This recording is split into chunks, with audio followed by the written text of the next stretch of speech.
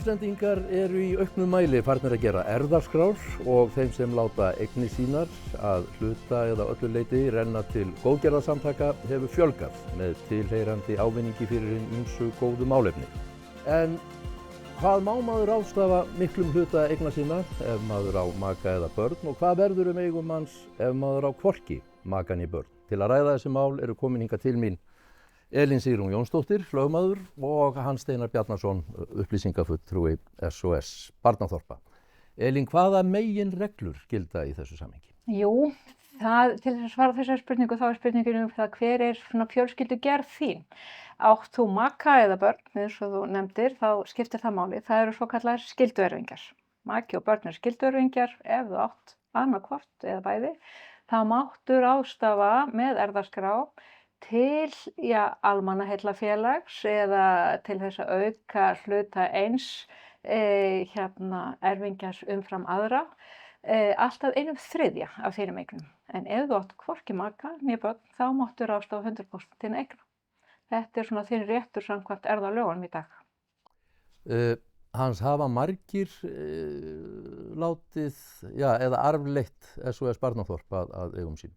Já, þetta eru sirka eða minnst 10 erfðagjafir sem ná aftur til ársins 2010 og þetta er að heildarfjárhæð nærri 300 milljónir króna og upphæðirnar eru þetta og hafa verið frá 500.000 og upp í 130 milljónir stök erfðagjöf. Svo er þetta líka allur háttur á. Við erum að fá til okkar líka kannski eldra fólk sem kemur til okkar á skrifstofuna og vill láta gott að sér leiða og ráðstafa fé sínu með það getur, eins og þau orða það. Til að mynda komu til okkar 2 menn sem gáfu sig ykkur 10 milljónir krónana og sá fyrri sagðist hafa verið í mörg ár á leiðinni að byrja að styrkja en aldrei kom sér að því. Og hann hafði verið að styrkja börn í Brasilíu, systkini, og hann gefur líka 10 milljónir króna sem hann vildi láta renna til þessara systkina sem þá voru uppkomin og þau gátu nýtt þennan pening til þess að kaupa sér hús saman. Og það er engu líkara en að þessi maður hafi vitað að hann ætti skammt eftir því að hann lést eiginlega bara skömmu síðar. Og það var mjög falleg stund því að þegar hann kemur til okkar á skrifstofuna því að við settum á myndsímtal milli hans og þessara systkina og það féllu tár þarna báðum megin hafsins. Elín, samkvæmt þessu þá það hægt að arfleiða tiltekna einstaklinga í útlöndum eins og í þessu tilviki að eigum sínum? Já, það er hægt. En það er þá bara mikilvægt að það komi nákvæmlega fram og að það liggi fyrir upplýsingar vegabréfanúmer og þannig að það sé nægilega skýrt því að allt er þetta spurningin það að erfðaskráin sé nægilega skýrt. Hans, stærsta einstaka arfleiðslan, ef við getum orðað það svoleiðis, hver er hún? Stærsta einstaka erfðagjöfin kom 2024 og hún reyndist vera 128 milljónir króna og það þurfti reyndar dómsmál til þess að klára það mál vegna þess að sú erfðaskrá, hún var ekki unnin alveg á fullnægjandi hátt á sínum tíma hjá sýslumanni. Þannig að þegar að upp var staðið þá stóðu eftir þessar 128 milljónir króna því að 10 milljónir fóru í skipti dánarbús og dómsmál. Þannig að þetta er sennilega og er bara skýrasta dæmi það hversu óbóðslega miklu máli það skiptir að gera erfðaskrá alveg hárrétt eins og Elín veit allt um. Elín, hvernig er þá öruggast að standa að þessu? Það er náttúrulega grundvallaratriði að leita sér aðstoðar við það að erfðaskrá er ekki bara ykkur vilja yfirlýsing á blaði. Það eru í raunverulega mjög samkvæmt erfðalögunum skýrar formkröfur sem gerðar eru til erfðaskráa til þess að skjalið sé raunverulega erfðaskrá. Og það kemur náttúrulega til vegna þess að erfðaskráin, þessi vilja yfirlýsing, hún kemur ekki til framkvæmda fyrir en eftir dag gefanda og þá er hann ekki til staðar til þess að segja hvað hann var að hugsa. Þannig og það er eins og í þessu tilviki sem að hann vísar til að það eru, þegar að það er verið að afleiða félagasamtök, þá eru kannski einhver skyldmenni sem telja það að þegar það nú frekar átt að fá erfðagjöfina og séu réttmætir erfingjar, að þess vegna skiptir svo miklu máli að það sé vandað til og erfðalögin gera skýrar kröfur það hvað er hérna erfðaskrá. Hún verður að vera vottuð, hún verður að vera dagsett og það verður að koma fram að viðkomandi aðili hafi verið andlega heill til þess að skrifa undir hana. Hann viti að hann sé að skrifa undir erfðaskrá og í öllum tilvikum að þá hvet ég fólk eindregið til þess að einmitt leita sér sérfræðiaðstoðar, að það séu hérna fólk sem veit hvað er að gera, sem skrifar erfðaskrárnar fyrir viðkomandi og að hún sé vottuð af þar til bærum aðilum og ég legg í öllum tilvikum mikla áherslu á það að það sé lögbókandi sem vottar. Það er fulltrúi sýslumanns og það er forsenda fyrir því að viðkomandi sýslumannsembætti varðveit erfðaskrána, að fulltrúar hans votti skrána. Og þá liggur hún fyrir og þá er hún tilkynnt til erfingja bara leið og andlátið er tilkynnt. Því að annars er það svona heiklum hent hvort erfðaskráin finnist einhvers staðar.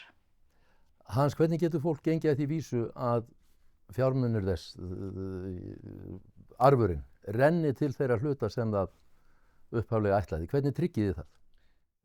Það er í sjálfu sér ekkert mál fyrir fólk bara hreinlega að treysta því í dag, nú á tímum, að treysta því að framlög þeirra eða erfðagjafir fari á réttan stað vegna þess einfaldlega að sérstaklega þá þeirra er að ræða rótgróin almannaheillafélög eða hjálparsamtök, til dæmis eins og SOS Barnaþorpin sem er orðin 76 ára gömul því að það tekur 76 ár, eða þessi samtök eru búin að vera í 76 ár að byggja upp sitt orðspor og við vitum að það tekur 1 mínútu að rífa allt niður með einni slæmri ákvörðun. En gagnsæi er bara svo ofarlega í forgangi í starfsemi þessara samtaka. Við erum með ársreikninga okkar á netinu, á heimasíðunni okkar. Þeir eru alltaf aðgengilegir öllum. Við flytjum fréttir af ráðstöfun erfðagjafa og við flytjum líka fréttir af erfðagjöfum sem okkur berast. Það er sérstakt svæði á heimasíðunni okkar, sos.is og sér vefsíða bara fyrir erfðagjafir, erfðagjöf.is og þar er hægt að lesa sér allt til þetta.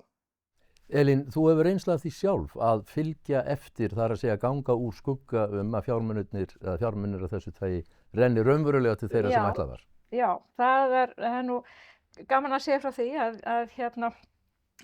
að náinn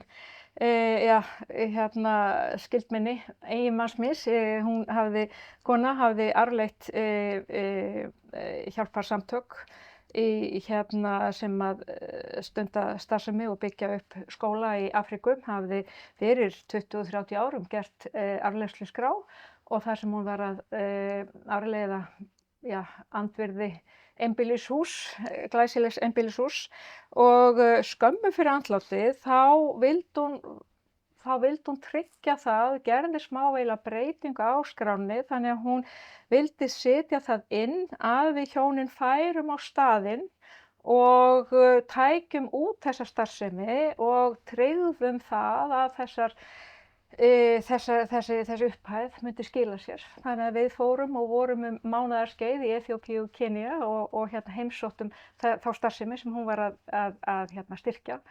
Og það er stórkostlegt að búa við þeirri reynslu og við vorum djúpt snortin af starfi þess félags sem hún ánafnaði til Kristniboðssambandsins og mannúðar og skóla og menntamála fátækra barna í Afríku. Þannig að það er stórkostlegt að búa yfir þeirri reynslu.